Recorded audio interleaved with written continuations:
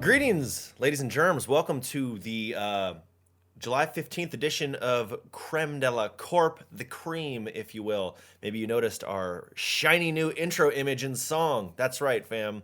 We're professionals here, and we like to make nice shit.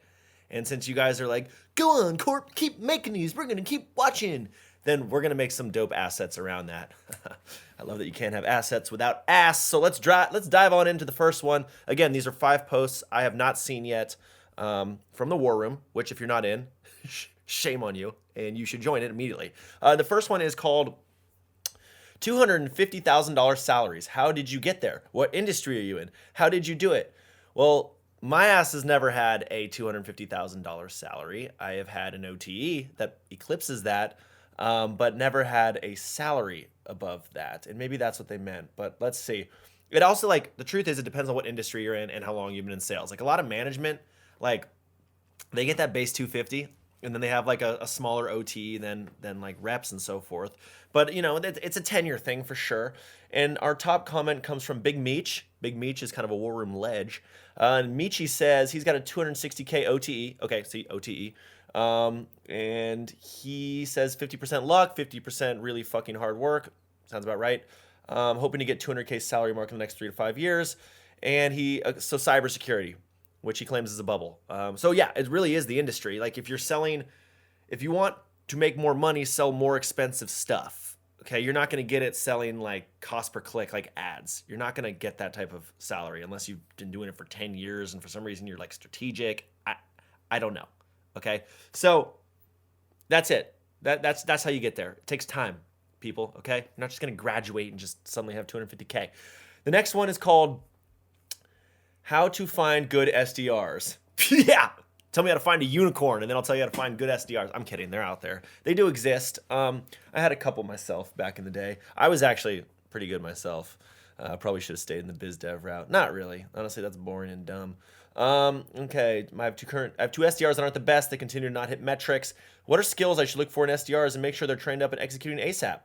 We do have budget constraints. Well, yeah, you want good people, pay for them. Companies are like, where do I find like good reps? It's like they're out there. You just got to pay for them. Stop offering like base 40, OTE like 120. That will help. That'll certainly help get candidates in the door. Top comment comes from Beans. It says, hungry, coachable grads and restaurant service industry folks looking for a change. Yeah, not bad. I mean, you know, you can also hire SDRs that have families because they have to succeed or their family starves to death. And it's sad, but it's true. So, you know, people who have nothing to lose and everything to gain, that's kind of what I'm hiring for. So they're out there. All right, you just got to train them right. You got to teach them the right motion. All right, that's why they're in sales development. They're not always going to hit the ground running. Some are late bloomers, just how it is. But yeah, that's kind of, I think honestly, the best SDRs are developed. So they don't just show up day one and kill it. And some can, but you know, there's often luck involved. All right, post number 3. Should I lie about hitting quotas on interviews?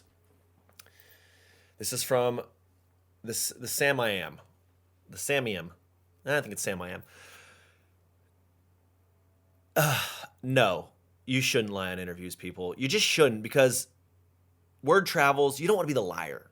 You know, you just don't. It's all about how you tell the story. It's always about the story. In sales, in life, it is about the story. Okay?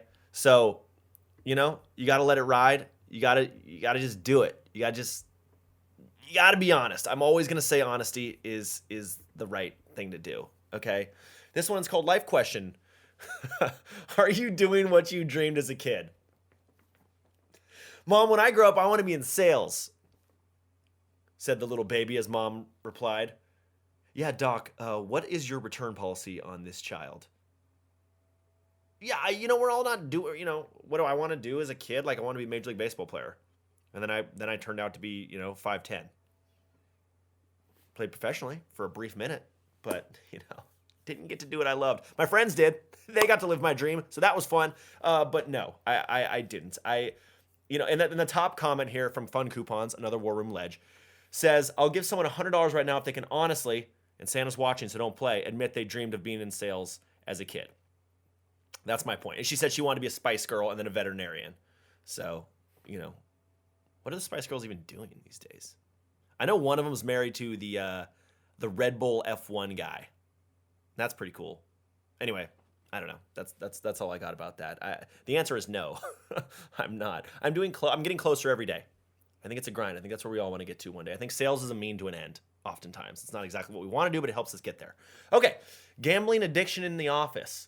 Hey, everyone, a colleague of mine has a severe gambling addiction. I can see it's affecting not only his work life, but his personal life. He wakes up at 7:30 in the office and is already betting on the John Deere Open.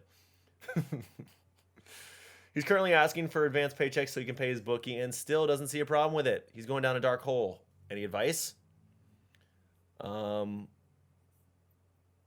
Yeah, find your man some help, because it sounds like he needs it. And I haven't dealt with a lot of addiction myself, fortunately, blessed, but intervention time, I think. Or just, start betting on stuff in the office. Stop working through a booking and just like do fun little like $1 Venmo bets here and there. Like which rep is going to get destroyed on the phones first? Like at what point is the marketing team going to show up in the morning? Over, under, like 11:30 a.m. I'm always taking the over on that. And, that's a tough one because work and life mixing. And if you don't know this person that well, it's kind of tough. Maybe get the homies involved and kind of do a little like group intervention. That's kind of what I would do. I don't know. That's a tough one. I wish I had the answer, or put them on that show Intervention and just see what happens. Anyway, those are the 5 posts today. I do want to shout out Big Meech. I already mentioned Meech earlier. Meech is doing an amazing week-by-week onboarding guide that he's posting in the War Room, talking about a new role and what he does week by week to get up to speed and absolutely kill it. So super valuable stuff. Sorry, Meech, I didn't want to talk about the content directly, even though it's tight. I just wanted to shout you out. Anyway, that's it for this edition of Creme de la Corp. I will see you guys next week.